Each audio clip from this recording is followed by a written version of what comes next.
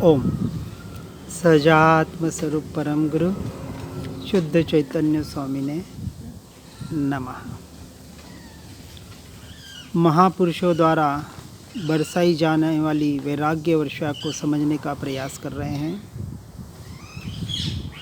और ऐसे वैराग्य वर्षा को सुनकर उसमें नहाने का पुरुषार्थ करना यही एकमात्र हमारी क्रिया बनी रहे और उसके लिए उपयोग बराबर रखना, सावधान रहना। किसमें उपयोग बराबर रखना? तो उपयोग में उपयोग को बराबर रखने का पुरुषार्थ करना। हर जीव अपने उपयोग का ही उपयोग कर रहा है, या यूं कहें उससे हो रहा है, जिसे हम व्यवहार की अपेक्षा से ध्यान कहते हैं। सावधान रहना, ध्यान से चलना, ध्यान से खाना, ध्यान से पीना, ध्यान से हर क्रिया करना, हर चीज ध्यान से करना अर्थात उपयोग पूर्वक करना।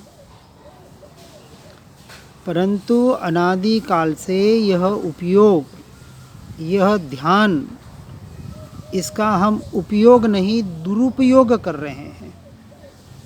जीव से इसका दुरुपयोग हो रहा है। जो उपयोग स्व के लिए करना था, स्व में करना था, जीव वह कर नहीं पाता है और इसी उपयोग को भटकाकर बाहर और बाहर ही अपने उपयोग को भटकाता है, जिससे असावधानी रहकर यानी स्वरूप के प्रति सावधान न रहने की वजह से वह जीव अपने उपयोग को अपने उपयोग में टिका नहीं पाता है। शरीर का तो होना हो वह हो, शरीर का क्या करना? कुछ कर ही नहीं सकते, लेकिन सारा संसार कुछ करने में लगा हुआ है, शरीर को टिकाने में लगा हुआ है। थोड़ा सा रोग आ जाए शरीर में तो अच्छे से अच्छा डॉक्टर, अच्छे से अच्छा हॉस्पिटल, जितनी जिसकी कैपेसिटी, आकुल व्याकुल हो जाता है। लेकिन जो सत्य को जान लेते हैं वो भले चारित्र मोह के उदय से उसको सहन न कर पाए, उसका इलाज करा ले, लेकिन वहाँ भी सावधानी अपने स्वरूप के प्रति रहती है। निरंतर भेद ज्ञान, भेद विज्ञान के द्वारा ऐसे इलाज कराते वक्त अपने स्वरूप और स्वभाव की सावधान रखने का वहाँ पुरुषार्थ चलता है। जिन्होंने देह को, शरीरादि पुद्गल को और अपने स्वरूप को, स्वभाव को, अपनी आत्मा को भिन्न जान लिया, पहचान लिया, वह निरंतर यही विचार करेगा, चिंतन करेगा कि शरीर का जो होना है वह होकर रहेगा, उसमें मैं अंश मात्र भी कुछ कर नहीं सकता, क्योंकि पुद्गल का परिणमन पुद्गल से पुद्गल में हो रहा है और उसकी तत्समय की योग्यता से हो रहा है। उसी क्षण, उसी समय उस पुद्गल के परिणमन को जानते वक्त मेरा परिणमन मुझसे मुझ में हो रहा है, ऐसे दृढ़ता के आधार पर सम्यक दृष्टि जीव उस पुद्गल से अपने उपयोग को हटाकर अपने स्वरूप और स्वभाव में सावधान रहने का पुरुषार्थ करता है। यदि काल रूपी सिंह को इस देह की, इस शरीर की जरूरत हो तो भले वह ले जाए, जैसे वन जंगल में कोई सिंह कोई बाघ आकर शरीर को खा ले तो वहाँ वह दृढ़ता होती है कि ये शरीर के पुद्गल के परमाणु भले वाघ सिंह के मुंह में चले जाए, लेकिन मैं भगवान आत्मा कभी उसके शरीर में उसके मुंह में जा नहीं सकता। इसी तरह यह काल रूपी सिंह जिसे संसार मृत्यु कहता है, मरण कहता है, ऐसे काल रूपी सिंह को, इस प्रकृति को, इस शरीर की जरूरत हो तो भले ले जाए, वे उसकी वस्तु है, उसको सौंप दी। इससे मुझे क्या, मुझ आत्मा को इससे अंश मात्र भी कोई फर्क पड़ने वाला नहीं है। ऐसी दृढ़ता सम्यक दृष्टि को होती है। यद्यपि मृत्यु काल आए तब कठिनाई लगती है, परंतु ज़्यादा से ज़्यादा समता भाव रखने का पुरुषार्थ होना चाहिए। समता भाव का अर्थ यह नहीं कि सिर्फ मृत्यु का स्वीकार कर लिया और कर्मों का स्वीकार कर लिया कि मैंने कर्म बांधे तो मुझे तो भोगने पड़ेंगे ना। ये तो मिथ्यात्वियों की परिभाषा। कषायों की मंदता हो जाना, कर्मों का स्वीकार हो जाना, मृत्यु का स्वीकार हो जाना, ऐसे व्यवहार समता भाव को मिथ्यात्वी बहुत उत्कृष्ट मानता है, जबकि सम्यक दृष्टि इसमें अंश मात्र भी धर्म नहीं मानता। यहाँ समता रखने का अर्थ कि जो मृत्यु को ही नकार देता है, मैं अजर अमर अविनाशी तत्व और ये मृत्यु धर्मा शरीर जो हर क्षण उत्पादव्यय हो रहा है, हर क्षण मर रहा है, ऐसे मृत्यु धर्मा शरीर टिके तो टिके और जाए तो जाए, इससे मुझे कुछ भी फर्क पड़ने वाला नहीं है। इस बल के आधार पर उसकी समता भाव रहती है। आत्मा के अपने स्वरूप और स्वभाव के लक्ष्य से इस प्रकार का निर्णय होना। शरीर में साता हो पुण्य के उदय से तब कठिनाई नहीं लगती, परंतु जब असाता आने पर प्रतिकूल प्रसंग हो जाए तब उसके साथ लड़ने के लिए बड़े पुरुषार्थ की आवश्यकता होती है। साता हो, शरीर स्वस्थ हो, एसी में बैठ के ध्यान करता हो तो बहुत अच्छा लगता है। ठंडी ठंडी हवा चलती हो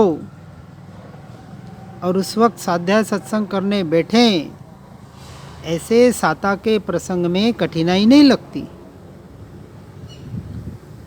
ध्यान भी लग जाता है, स्वाध्याय सत्संग भी आराम से सुन लेता है, कोई विशेष आकुल व्याकुल नहीं होता और लगता है कि नहीं नहीं नहीं, आज तो बहुत अच्छा लगा, बहुत अच्छा आनंद आया, बहुत शांति मिली।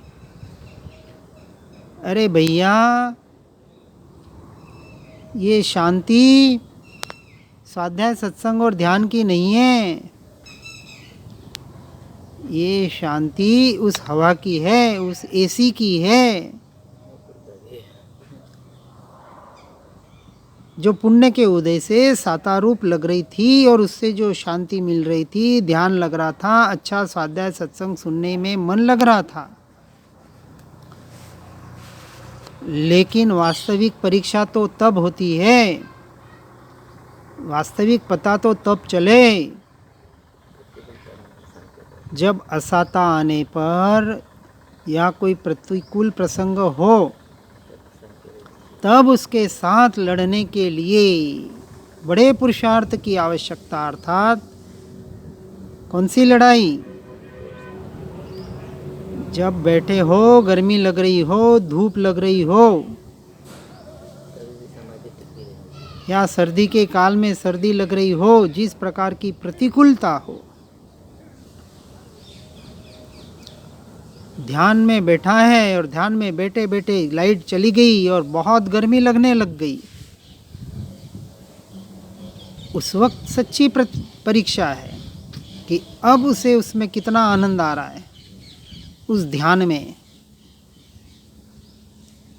यदि आकुल व्याकुल नहीं हो रहा है और अपने स्वरूप और स्वभाव में वेद ज्ञान के आधार पर स्थिर रह पाता है तो बहुत उत्कृष्ट बात है, बहुत अच्छी बात है। अपने अपने परिणामों को चेक करना है और इसलिए हम बार बार कहते हैं कि अब इस शरीर को साता में रखना छोड़ो, नेचुरल जितने परिसह सहन कर सकते हो आत्मरमणता के लिए, सहन करने का नाम अंश मात्र भी धर्म नहीं है। भूल के उसे धर्म मत मान लेना कि देखो कौन कितना सहन ज़्यादा करता है। सहनशीलता का नाम धर्म नहीं है, भले कोई कम करे कोई ज़्यादा करे। ये तो शरीर की हर एक की अपनी अपनी अवस्था है। लेकिन ऐसे प्रतिकूल प्रसंगों में, ऐसे असाता के प्रसंगों में जब शरीर में कष्ट आता है उस वक्त अपने ज्ञान स्वभाव की ओर दृष्टि कितनी जाती है, उसमें स्थिरता कितनी रख पाता है, क्योंकि वहाँ वास्तविक पुरुषार्थ की आवश्यकता है। जहाँ प्रयोजनभूत एकमात्र अपना पुरुष ऐसा आत्मा बने, अपना स्वरूप और स्वभाव बने, और उस वक्त यह निरंतर विचार चिंतन मनन चले कि मैं तो ज्ञान मात्र हूँ, चैतन्य मात्र हूँ, ज्ञायक ज्ञायक ज्ञायक। उस ज्ञायक पर उस वक्त आपका कितना उपयोग जाए, अब इसका वहाँ वास्तविक आपकी परीक्षा है। मैं तो ज्ञान मात्र हूँ, मेरा और इस जड़ पुद्गल शरीर का क्या संबंध है? ये पुद्गल के परमाणुओं का परिणमन तत्समय की योग्यता से, उसकी योग्यता से हो रहा है। 8 प्रकार की पुद्गल की वर्गणाएं बताई।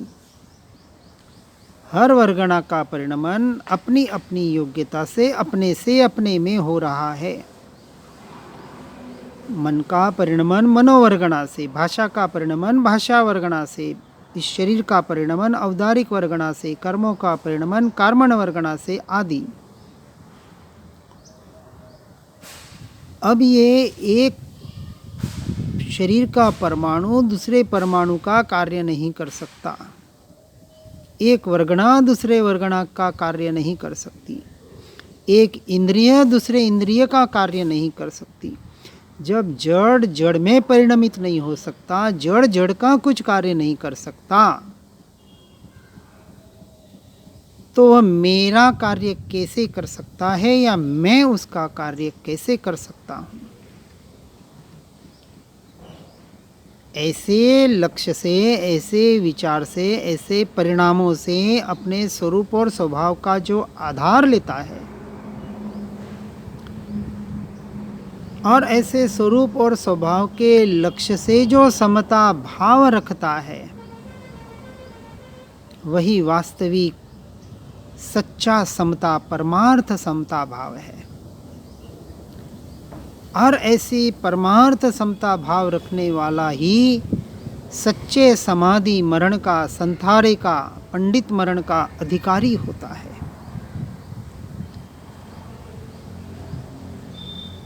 क्योंकि उस वक्त उस जीव को भीतर से पूरी जागृति है कि ये सब कुछ क्षणभंगुर है, नश्वर है, विनाशी है, और मैं अजर अमर अविनाशी नित्य सदाकाल जैसा था वैसा का वैसा,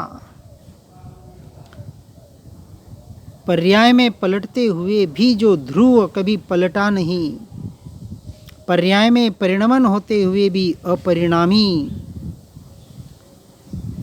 ऐसा चैतन्य स्वभावी भगवान आत्मा वही मैं हूँ, ऐसा टंकोत्कीर्ण झंकार भीतर से उठता है।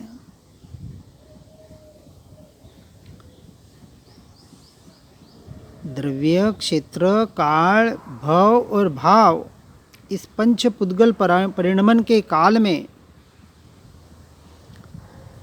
यह सब कुछ क्षण भर में बदलने वाला है, जिसमें मैंने मैं और मेरापना कर रखा है। शरीर बदल जाएगा, काल बदल जाएगा, भव बदल जाएगा, भाव भी बदल जाएगा, क्षेत्र भी बदल जाएगा, पूरा चक्र बदल जाएगा।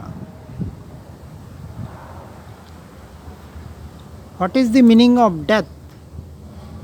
मृत्यु किसे कहा? Death is nothing but change of dress and address. मृत्यु और कुछ नहीं है, मात्र अपना ये खोड़िया ड्रेस, ये शरीर और ये एड्रेस, ये एक गति से दूसरी गति,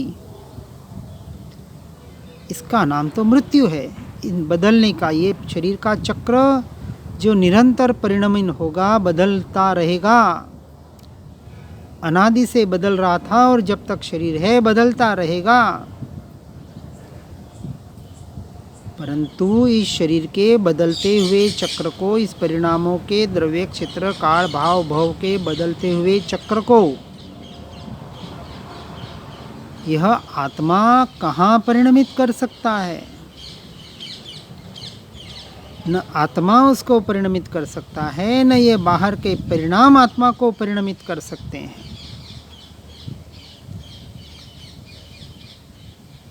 इस तरह से तत्व का निर्णय जिन्हें होता है, उन्हें इन सारे बदलते हुए परिणामों से अंश मात्र भी खेद या भय नहीं रहता। निशंकता से निर्भयता और निर्भयता से निसंगता। निशंक उसे कहा जाएगा, अपना कंपैरिजन करना कि निशंकता हुई या नहीं हुई,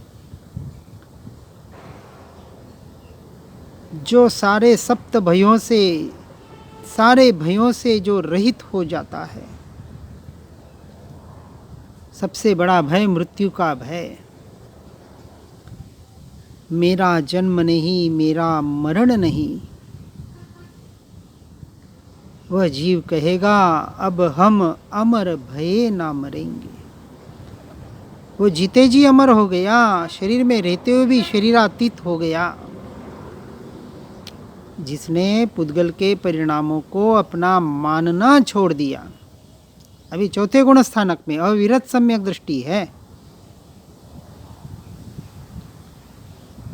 लेकिन परद्रव्य, परभाव और उनके परिणाम, उसका परिणमन, उसे जिसने मैं मेरापना उसमें से छोड़ दिया, छूट गया,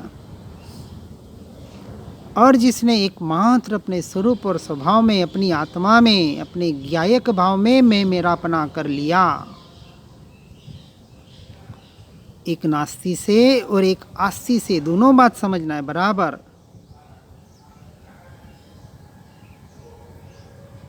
इसलिए जो ममकार को गाले, बाहर के मैं मेरे पने को गलाए और अपनी आत्मा की, अपने स्वरूप की पवित्रता को प्राप्त कराए, उस भाव को मांगलिक कहा है। कोई नौकार मंत्र सुना देना, चार शरणा सुना देने का नाम मांगलिक नहीं है।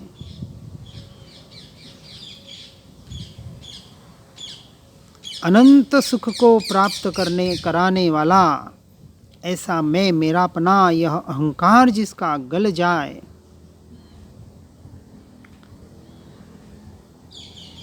इस बात को यथार्थ रूप से सुनकर समझकर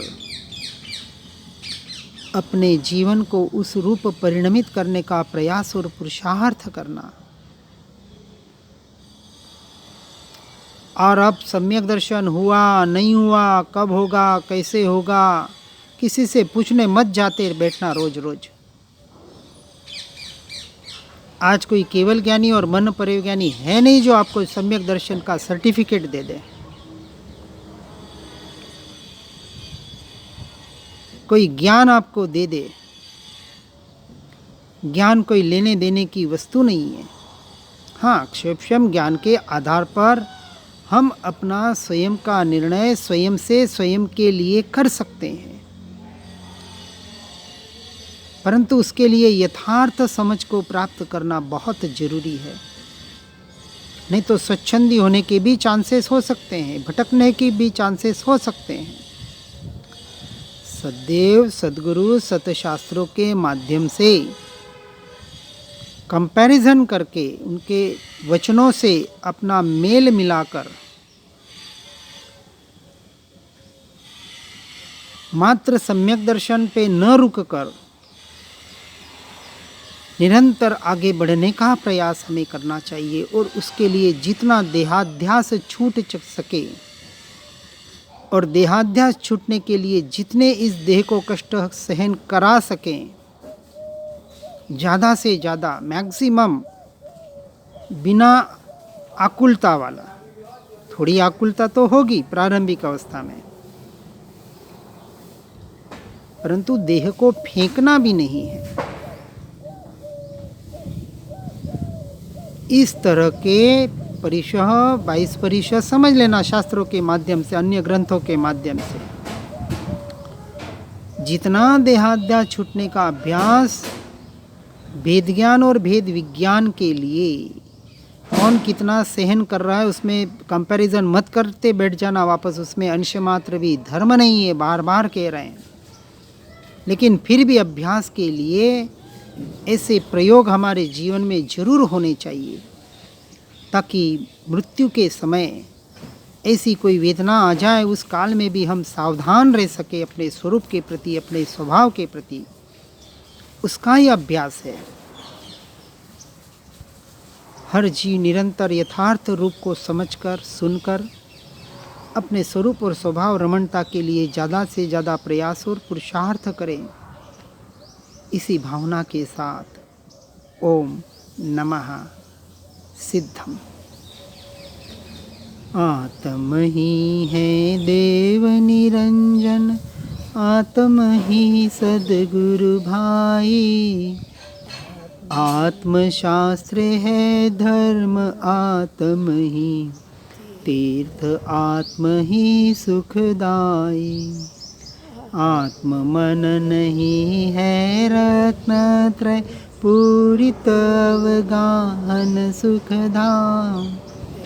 ऐसे देव शास्त्र सद्गुरु को, धर्म तीर्थ को सतत प्रणाम। धर्म तीर्थ को सतत प्रणाम।